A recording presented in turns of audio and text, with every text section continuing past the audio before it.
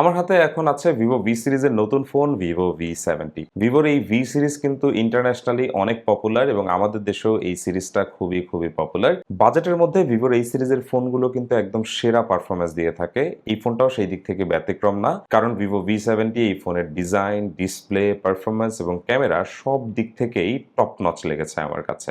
12 GB 256 জিবির international global ভ্যারিয়েন্টের এই ফোনটা আমাদের কাছে পাঠিয়েছে আনবক্সিং টেক। তাদের কাছে এই ফোনটা আপনারা ব্র্যান্ড নিউ অ্যাভেলেবল পেয়ে যাবেন। যেহেতু সবেমাত্র এই ফোনটা রিলিজ হয়েছে তাই এই ফোনটার দাম কিছুটা ফ্ল্যাকচুয়েট করছে, তবে আমার মনে হয় যে কিছুদিনের মধ্যে মার্কেটটা স্টেবল হয়ে গেলে আপনারা বেশ ভালো দামে এই ফোনটা কিনতে পারবেন। যারা আনবক্সিং টেক থেকে এই ফোনটা এখন কিনতে চাচ্ছেন তারা অবশ্যই তাদের শপে যোগাযোগ করতে পারেন। তাদের শপ অ্যাড্রেস এবং ফোন নাম্বার দেওয়া থাকবে আমাদের ভিডিওর ডেসক্রিপশনে। একদম শুরুতে ভিভো ভি 70 ফোনটা হাতে নেওয়ার সাথে সাথে আপনি ফিল করবেন যে এর বিল্ড কোয়ালিটিটা অনেক বেশি প্রিমিয়াম করা হয়েছে, যা কিছুটা ফ্ল্যাগশিপ কাতারের। ফার্স্ট অফ অল সামনে এবং পেছনে ফ্ল্যাট ডিজাইনে ফোনটা বানানো হয়েছে। তার পাশাপাশি এর যে চারপাশে ফ্রেমটা আছে এটা অ্যারোস্পেস অ্যালুমিনিয়াম গ্রেডের একটা ফ্রেম, আর ফোনটার ব্যাক সাইডে গ্লাস ফাইবার ব্যবহার করা হয়েছে। আপনারা দেখতে পাচ্ছেন যে কালারটা কিন্তু খুব দারুণ ভাবে রিফ্লেক্ট করে এবং এখানে ডুয়েল টোনের মতো কিছু ফিনিশিং আছে যেটা আসলে দেখতে খুবই ভালো লাগছে, and also it gives a very good hand feeling as well. আর ব্যাক সাইডে উপরের দিকে যে ক্যামেরা হাউজিংটা দেখতে পাচ্ছেন এটা কিন্তু স্কোয়ারিক্যাল একটা ক্যামেরা হাউজিং, যেখানে 3টা ক্যামেরা সেন্সর আছে, যার সাথে আবার একটা নোটিফিকেশন লাইটের মতো আছে।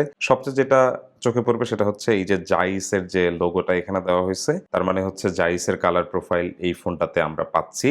সো বাজেটের মধ্যে এটা কিন্তু একটা খুবই ভালো ডিল ব্রেকার হবে। এই ফোনের ডিসপ্লের বেজেল আমার কাছে সিরিয়াসলি অনেক কম লাগলো। একদম প্রথম দেখায় আমার কাছে মনে হলো যে এই সেগমেন্টে মনে হয় সবচেয়ে কম বেজেল এই ফোনটাতে আমরা এইবার দেখতে পাচ্ছি, হুইচ ইজ রিয়েলি অ্যাপ্রিসিয়েটেবল। 6.59 ইঞ্চের এই ডিসপ্লেটা হচ্ছে 1.5K ultra clear OLED panel, যেটা রেজলিউশন হচ্ছে 750x1260 পিক্সেল। ডিসপ্লের প্রত্যেকটা কর্নার খুব সুন্দরভাবে রাউন্ডেড করা হয়েছে, যা দেখতে সত্যি খুবই ভালো লাগতেছে ফোনটা সামনের দিক থেকে। আর উপরে আমরা যে পাঁচহোল ক্যামেরাটা দেখতে পাচ্ছি, ফ্রন্ট ক্যামেরাটা, সেটার সাইজও যথেষ্ট ছোট অ্যান্ড ইটস প্রপারলি রাউন্ডেড, যা এই ডিসপ্লের ভিজিবিলিটি বা ওভারঅল এই ডিসপ্লের যে একটা ভিজুয়াল আছে সেটাকে অনেক ভালো করেছে আমি বলবো। অবশ্যই ডিসপ্লেটাতে 120 হার্টজের রিফ্রেশ রেট আছে আর 5000 নিটস পর্যন্ত ম্যাক্সিমাম ব্রাইটনেস পাবেন এটা থেকে। আমাদের দৈনন্দিন ব্যবহারে আমরা ব্রাইটনেস নিয়ে কোনো প্যারা খাই নাই। ইভেন ইনডোরও আমরা প্রপারলি ব্রাইটনেসটাকে একদম কমিয়ে ফেলতে পেরেছি,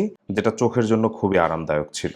ফোনটাতে যে বাটনগুলো ব্যবহার করা হয়েছে, যেমন পাওয়ার বাটন এবং ভলিউম রকার যে বাটনগুলো, এই বাটনগুলো কেমন যেন আমার কাছে একটু নরম নরম লাগছে, খুব একটা ক্লিকি লাগে নাই। এবং আমি যখনই প্রেস করতেছি I don't really feel that clicky vibe. So আমার মনে হয় যে এই বাটনগুলো একটু ক্লিকি হইলে it feels a bit more interesting, but যেটা আসলে একটু আমার কাছে অন্যরকম লাগতেছে। বাট আই ডোন্ট থিঙ্ক যে এটা একটা ইস্যু হবে আপনাদের জন্য। আরেকটা ব্যাপার হচ্ছে এই ফোনটাতে যে হ্যাপটিক ফিডব্যাক বা আমরা যে ভাইব্রেশনটা পাচ্ছিলাম সেটাও আমার কাছে বেশ ভালো মনে হয়েছে। স্ন্যাপড্রাগনের 7 Gen 4 এর চিপসেট ব্যবহার করা হয়েছে ভিভো ভি 70 এই পার্টিকুলার ফোনটাতে। ফোনটার সাথে দুইটা র্যাম ভ্যারিয়েন্ট পেয়ে যাবেন আপনারা, 8 জিবি অথবা 12 জিবির LPDDR5X এর র্যাম পাবেন আপনারা এই ফোনটার সাথে। স্টোরেজ হিসাবে 256 জিবি বা 512 জিবির ইউনিট পাবেন, যেখানে স্টোরেজ হিসাবে UFS 4.1 ব্যবহার করা হয়েছে। কাজেই নিশ্চিন্তে বলা যায় যে এই ফোনটা আসলেই অনেক দিন পর্যন্ত ব্যবহার করা যাবে। লনজেভিটির দিক থেকে এই ফোনটার ওপর আপনি রিলাই করতে পারবেন। অপারেটিং সিস্টেম হিসেবে এই ফোনটাতে আছে অরিজিন OS 6, যেটা অন টপ অফ অ্যান্ড্রয়েড 16। এর আগে তারা ফান্টাচ OS ব্যবহার করতো, কিন্তু এবার থেকে কিন্তু তারা চাইনিজ ভ্যারিয়েন্ট সহ গ্লোবাল ভ্যারিয়েন্টের ফোনগুলোতেও অরিজিন OS 6 নিয়ে এসেছে গ্লোবাল রোম হিসেবে, যেটা কিন্তু খুবই ফাস্ট একটা অপারেটিং সিস্টেম, যেটাতে আপনি খুব ভালো গেমিং পারফরমেন্স পাবেন, অথবা ডেইলি লাইফেও আপনি পারফরমেন্স খুবই ভালো পাবেন এই ফোনটা থেকে। এক্সট্রাঅর্ডিনারি অ্যাপ ওপেনিং এবং ক্লোজিং অ্যানিমেশন পেয়েছি আমরা এই ফোনটা থেকে। লিটারেলি আমরা একসাথে অনেক অ্যাপ ওপেন করছিলাম এবং খুবই স্মুথলি প্রত্যেকটি অ্যাপ ওপেন হচ্ছিল। অ্যান্ড লিটারেলি একসাথে অনেক অ্যাপ্লিকেশন ব্যবহার করতেই পারবেন, এটা আর আলাদা করে বলার কিছু নাই। ফোনটাতে যে ব্যাটারি ব্যবহার করা হয়েছে এটা কিন্তু 6500 মিলিঅ্যাম্পিয়ারের একটা ব্লু ভোল্ট ব্যাটারি, সাথে আপনি 90 ওয়াটের একটা ফাস্ট চার্জারও বক্সে পেয়ে যাবেন। আপনারা যারা ভিভো ফোন আগে ব্যবহার করছেন তারা কিন্তু জানেন যে এই ফোনগুলো থেকে কেমন চার্জ ব্যাকআপ পাওয়া যায়। যারা ভিভো X200 Pro বা 300 Pro বা 200 Ultra ব্যবহার করেন তারা অলরেডি 6000 মিলি অ্যাম্পিয়ারের ব্যাটারির পারফরমেন্স দেখছেন এই ফোনগুলোতে। সেই হিসাবে এখানে 6500 মিলি অ্যাম্পিয়ারের ব্যাটারি, তাই অবশ্যই চার্জ ব্যাকআপ আরো ভালো পাবেন।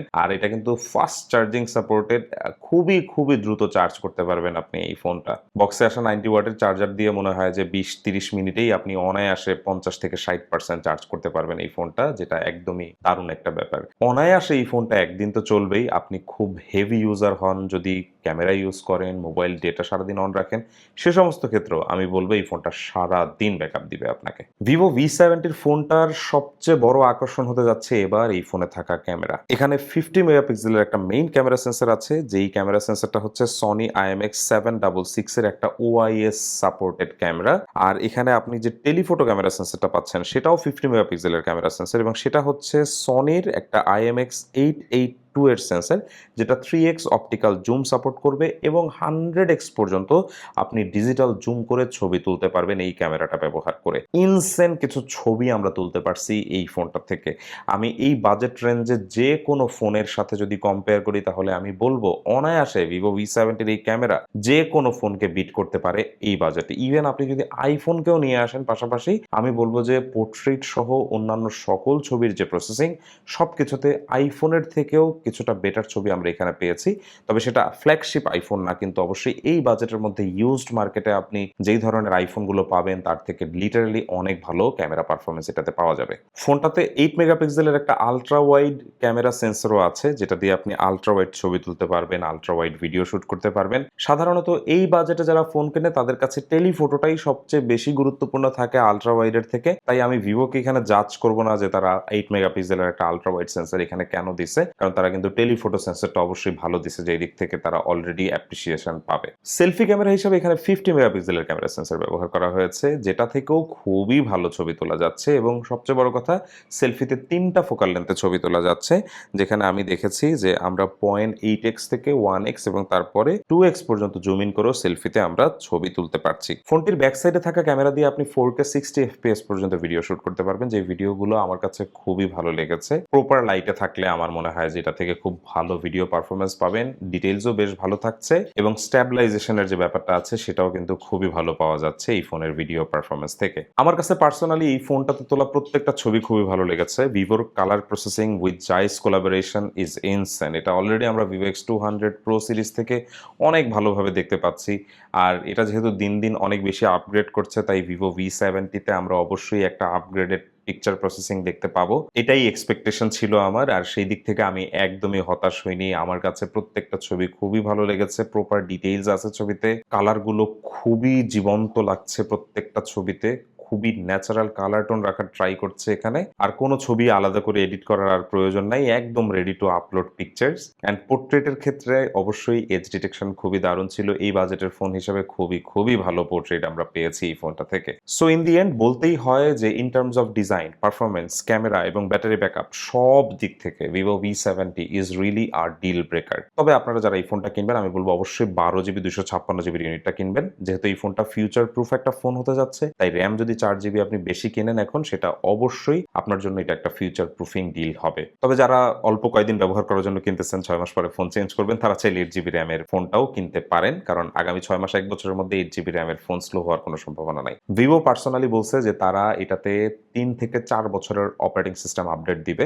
মেজর অ্যান্ড্রয়েড আপডেট আপনি 3 বছর একদম শিওরলি পাবেন। অরিজিন ওএস এর আপডেট আপনি হয়তো 4 বছর পেতে পারেন এবং এরপরে 5 বছর পর্যন্ত আপনি সিকিউরিটি আপডেটও পাবেন। সো এই দিক থেকেও বলা যায় যে এই ফোনটা আসলে লং টার্মের জন্য বের করেছে ভিভো। আর ভিভো V সিরিজের ফোনগুলো যারাই কিনে তারা কিন্তু আসলেই অনেক দিন ধরে ব্যবহার করে। সেই দিক থেকে ভিভো V70 এই ফোনটাও আপনি অনায়াসে অনেকদিন ব্যবহার করতে পারবেন বলে আমি ব্যক্তিগতভাবে মনে করি। আর পাশাপাশি এই ফোনের যে প্রত্যেকটা ফিচার, যেমন এখানে আলট্রাসনিক ফিঙ্গারপ্রিন্ট সেন্সর যেটা ভার্সন 2 এর ব্যবহার করা হয়েছে, এটা খুবই ফাস্ট এবং হাত ভেজা থাকলেও এটা খুব সুন্দরভাবে কাজ করছে।